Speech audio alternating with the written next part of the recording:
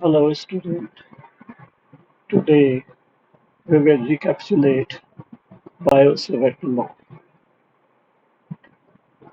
As all of you know, if there is a line conductor carrying current I having a very small element dl and we have to find a magnetic field due to this current element at any point P, then we join this point P by a line and the distance of this element from P is R. The angle subtended by the element dl and r is theta. That magnetic field at this point P will be dB, and this magnetic field dB is directly proportional to amount of current, is directly proportional to the length of element, is inversely proportional to the square distance between point and the element, and directly proportional to sine of angle between element and the line of joining. Then get together, we will have equation dV is proportional to I dl sine theta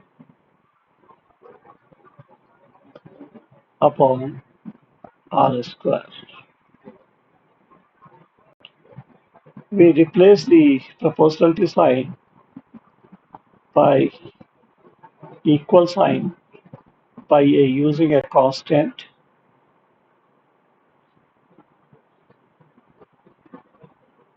and this constant depend on the medium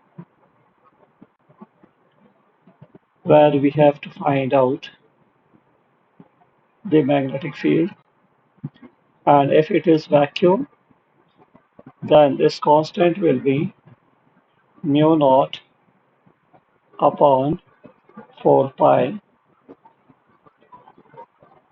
So it is dV is equal to mu naught upon 4 pi ideal sine theta upon r square.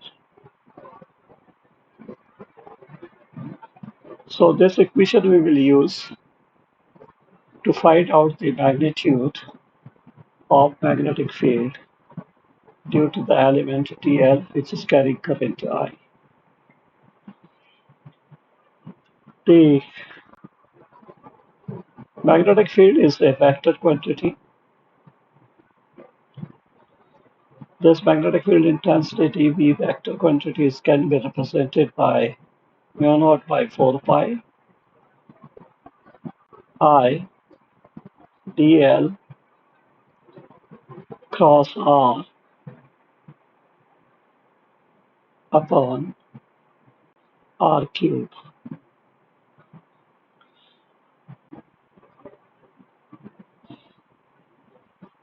The direction of dV is perpendicular to dl as well as is perpendicular to r, that is line of joining. This was the Biosavart law. We use this Biosavart law to find out the current on a straight current carrying wire.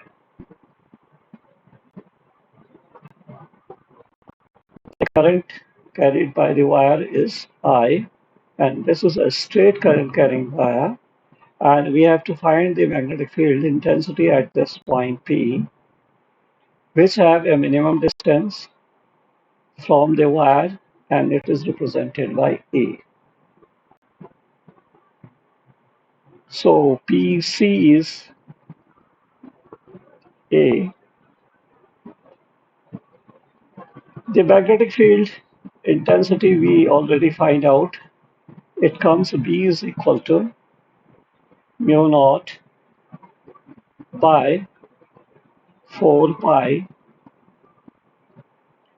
I by A sine phi 1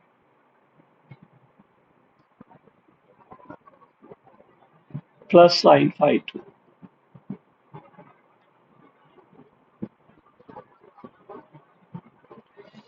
Here phi 1 is the angle of the wire at point P from one of its ends, and it is phi 1, and phi 2 is the angle subtended by the ends of the wire at point P, and it is represented by phi 2. Here it is phi 2, and here it is phi 1. So magnetic field comes out B is equal to mu naught by 4 pi Ia sine phi 1 plus sine phi 2. If this line is infinitely long, it means xy is an infinite line,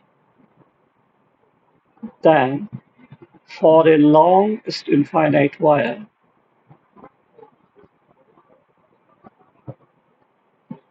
which is carrying current I,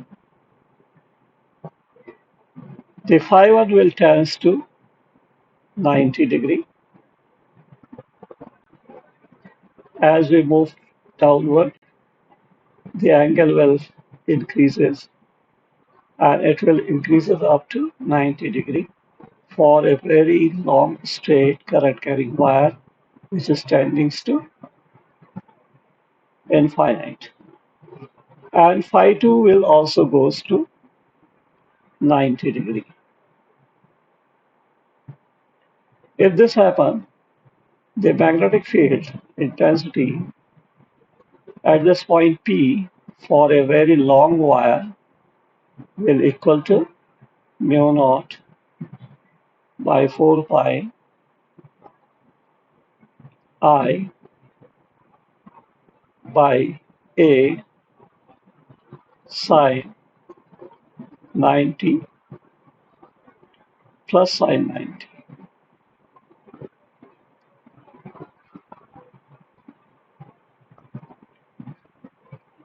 So it will comes B is equal to mu naught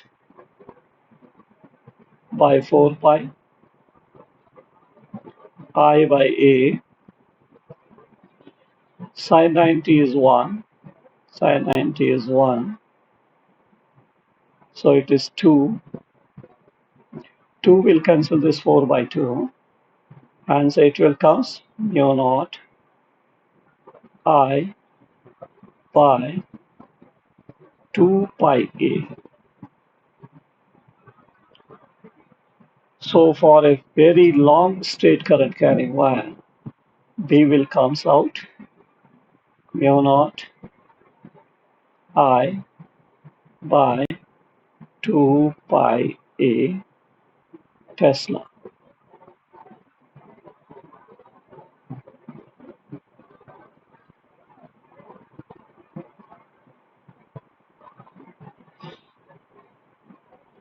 Next part, we find out the magnetic field due to current carrying loop.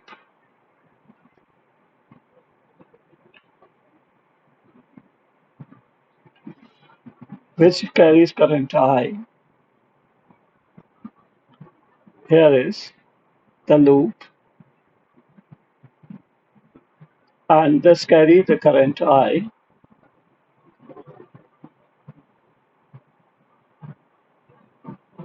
like this. And we have to find out the magnetic field intensity at the point on its axis. Here is the point.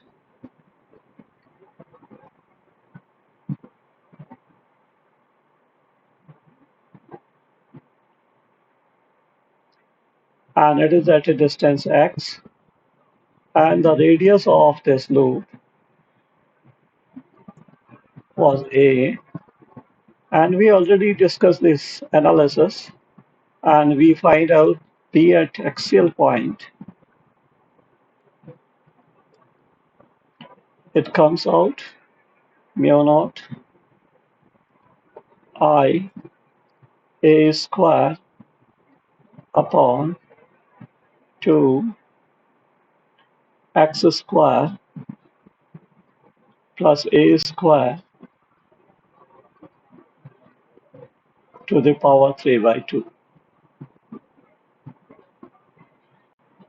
If this point comes to the center, and we have to find the magnetic field intensity at the center of the circular loop, then P at center will be equal to mu naught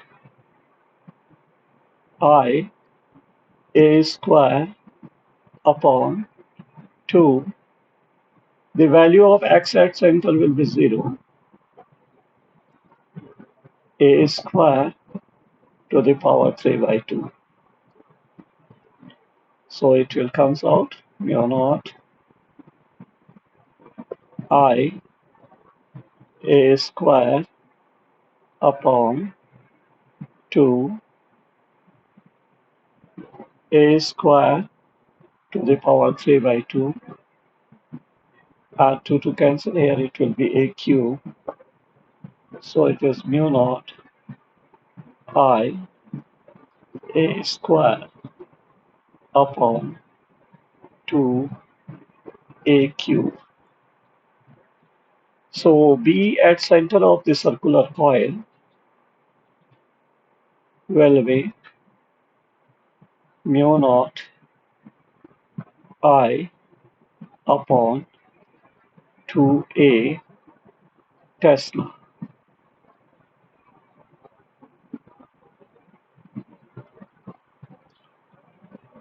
So for a very long straight wire, it was mu naught I 2 pi a, and for a circular loop at its center, it comes out mu naught I upon 2a.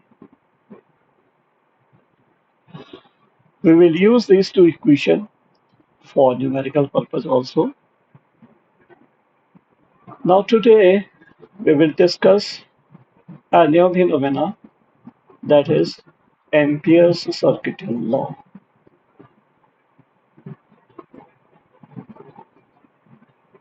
Ampere's circuital law. This law is used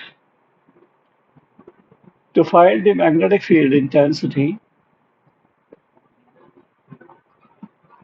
for a current carrying wire or coil or solenoid. We will discuss solenoid later on. And this law is based on the numerical and mathematical expression that line integration of magnetic field intensity. That is, if we integrate the magnetic field intensity with respect to element dl, so it is called line integration. Line integration.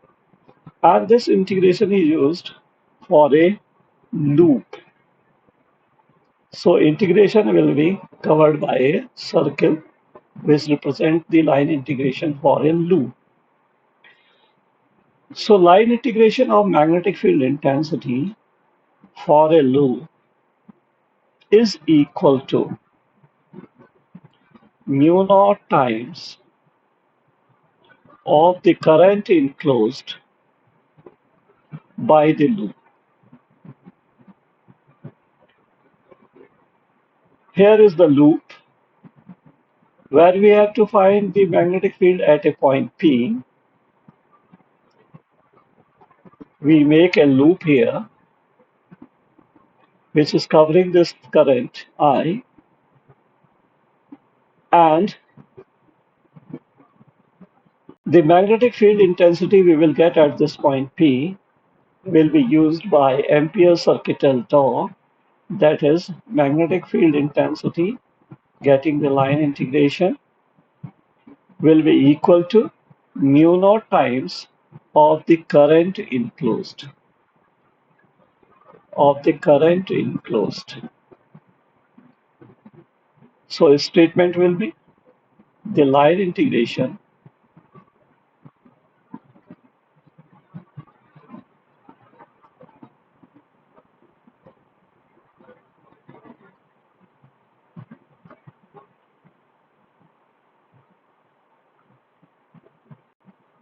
of magnetic field intensity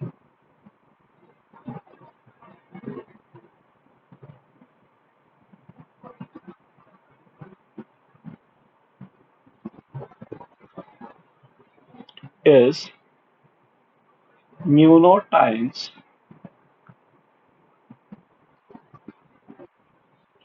of the current enclosed.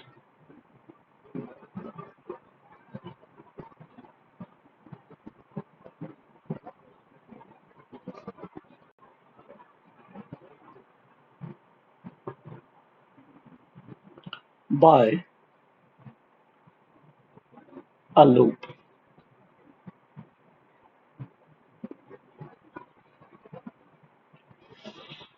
Now, how we prove this one?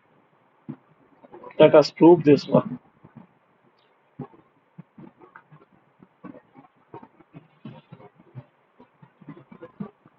Here we take an element to TL at point P, and this point element is directed tangential.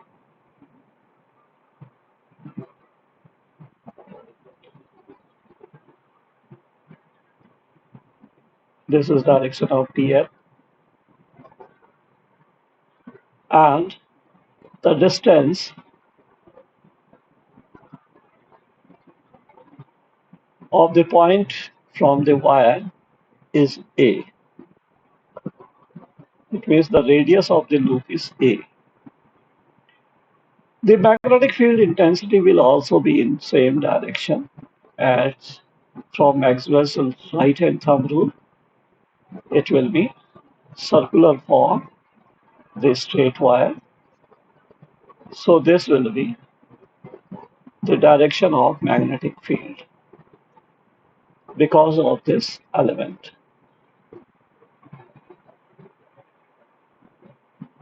Now, if we take the left hand side of the Ampere circuital law, it is line integration of magnetic field intensity.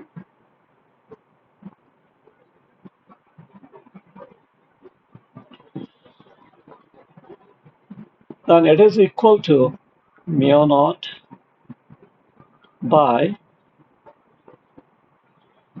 2 pi I by A.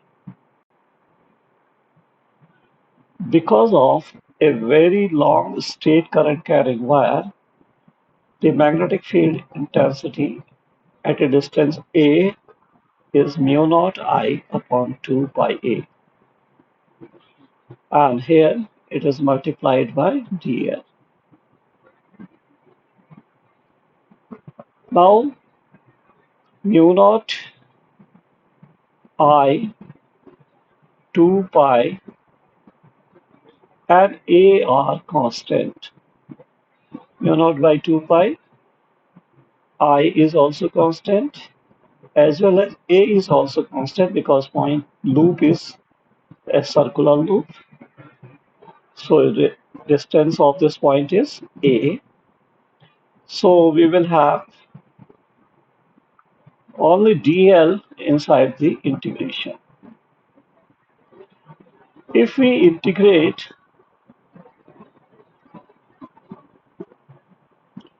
dl for complete loop, dl for complete loop, it will give the circumference of the circle. So it is equal to 2 pi a. So a and 2 pi cancel the numerator and denominator. So what we will have? We will have now mu naught into I, which is right hand side of the Ampere circuital law. So according to Ampere circuital law, the line integration of magnetic field intensity is mu naught times of the current enclosed by a hypothetical or Ampere loop.